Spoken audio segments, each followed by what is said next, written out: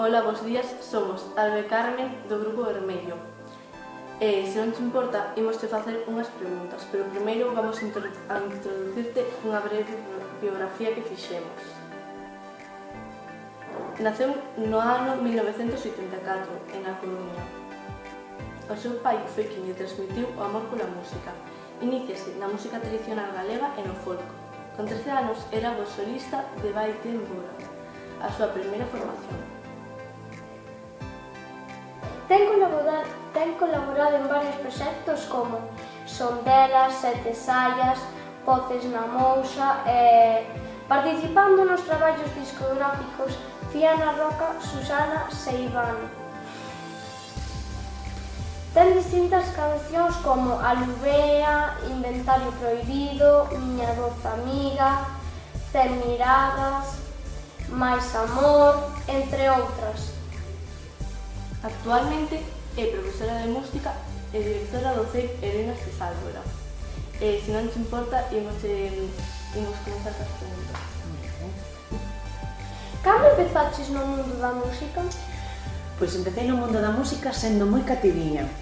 De feito, eu o recordo que teño da miña primeira canción, tiña 3 anos, que é unha desas que, non sei se non me acheres, Alumea, que foi a primeira canción que me aprendeu o meu pai nunha noite de treboada. Para que me calmara, me cantaba un trociño de cada estrofa e eu a repetía. Entón, esa foi a miña primeiro contacto que eu lembre coa música, que tiña 3 anos. E despois, pois, empecé no cole, na escola, como estades algunhas, con canto tradicional, pandeireta, baile tradicional, e foi así como un pouco a miña incursión na música.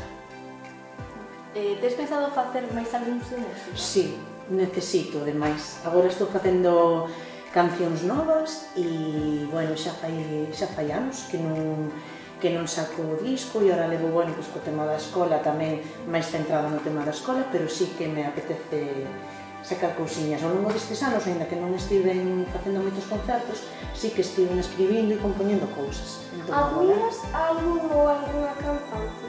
Sí, admiro a moitas cantantes, pero que queredes, que vos diga algunha A ver, eu sempre, unha das miñas referentes, e creo que xa o sabedes aquí na escola, porque non somente é unha compañeira compositora e cantora maravillosa, sino que aparte é unha moi amiga miña, é Guadi Galego. Para min ela é un referente dentro das cantantes, das cantoras que me gustan máis galegas. Entón, bueno, eu creo que é unha muller que ten un proxecto dunha calidade tremenda e que a mí me inspira moito e de feito, bueno, pois está colaborando comigo neste novo disco.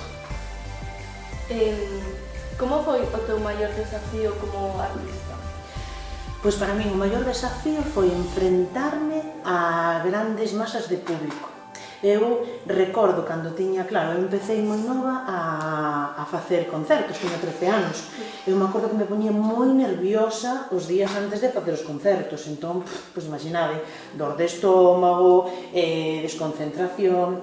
Entón, eu creo que ese foi o maior desafío, enfrentarme ao público, porque con 13 anos xa subía en escenarios onde había moita xente que che estaba mirando e que che estaba observando. Entón, o que nun primeiro momento era como complicado para min, tamén me axudou despois na vida a comunicarme, a expresarme desta maneira, porque xa me enfrentei moi pronto. Entón, supoño que eso, xestionar tanta xente observándote. Cal foi a tua canción favorita que gravaches ata agora? Pois mira, a mesma que vos dixen antes, Alumea.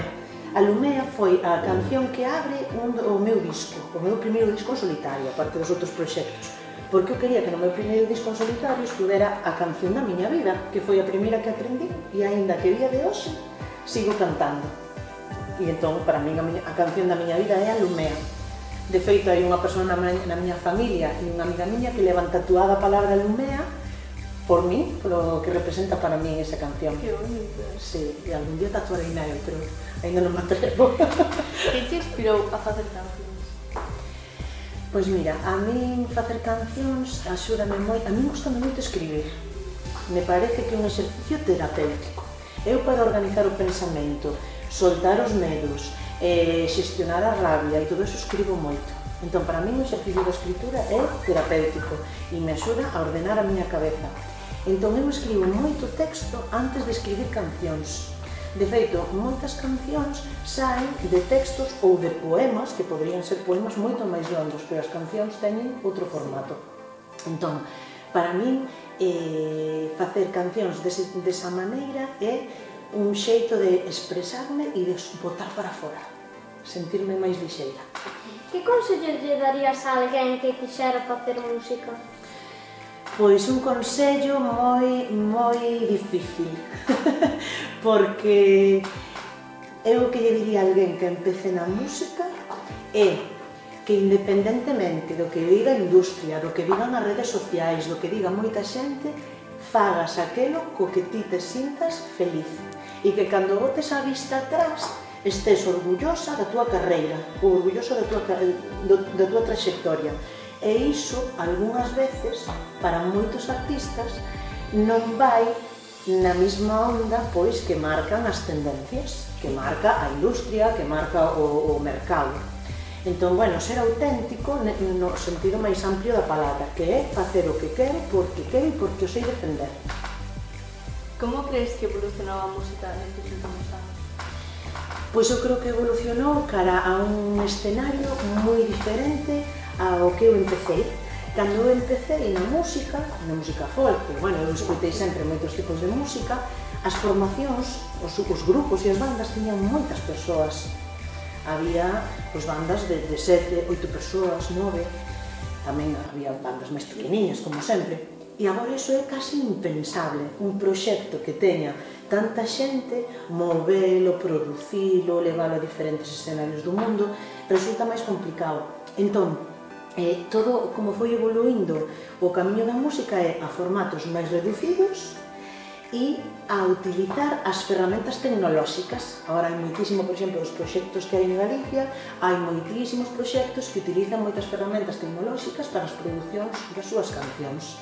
Entón, agora por eso estamos asistindo a tantas bandas novas que teñen unha base moi importante de electrónica e que vemos que nos escenarios cada vez hai menos xente e hai máis recursos sonoros que proceden de outras fontes.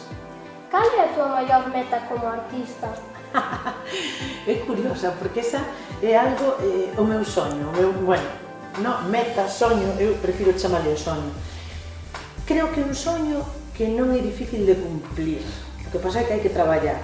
E a miña meta artística, ou o soño, que me gusta máis artístico, é facer unha produción cunha sinfonía, é dicir, cunha sinfónica, cunha banda detrás que sea unha sinfónica de moitos músicos, porque, bueno, teño vistos moitos directos de artistas e de bandas que o fan e sempre teño a sensación de como me gustaría facer eso algún día. Entón, bueno, pois, a ver se conseguimos. Cal é a mensaxe que queres transmitir a través da tua música? Bueno, pois eu creo que hai varias. Eu sempre digo que as cantantes temos unha forza que é a da palabra.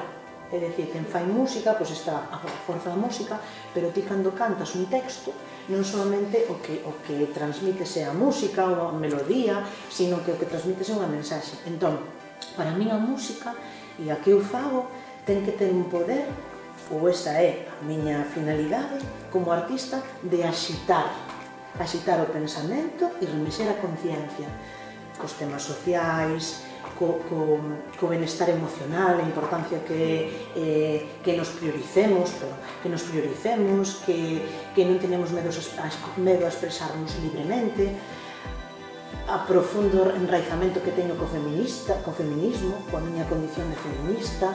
Creo que o feminismo ten que atravesar todas as cousas que facemos cada día e creo que aínda nos queda moito camiño para que a xente entenda ben que é o feminismo e non se sinta atacado ou atacada por este concepto. Bueno, ata aquí as minhas preguntas. Gracias por toda a colaboración. Como sempre, deseamos o mellor. Moitas grazas. Eu encantada de estar aquí no vosso set de televisión e respondervos estas preguntas moi interesantes, por certo. O do soño xa me deixou pensando. Grazas a vos. Para o making of.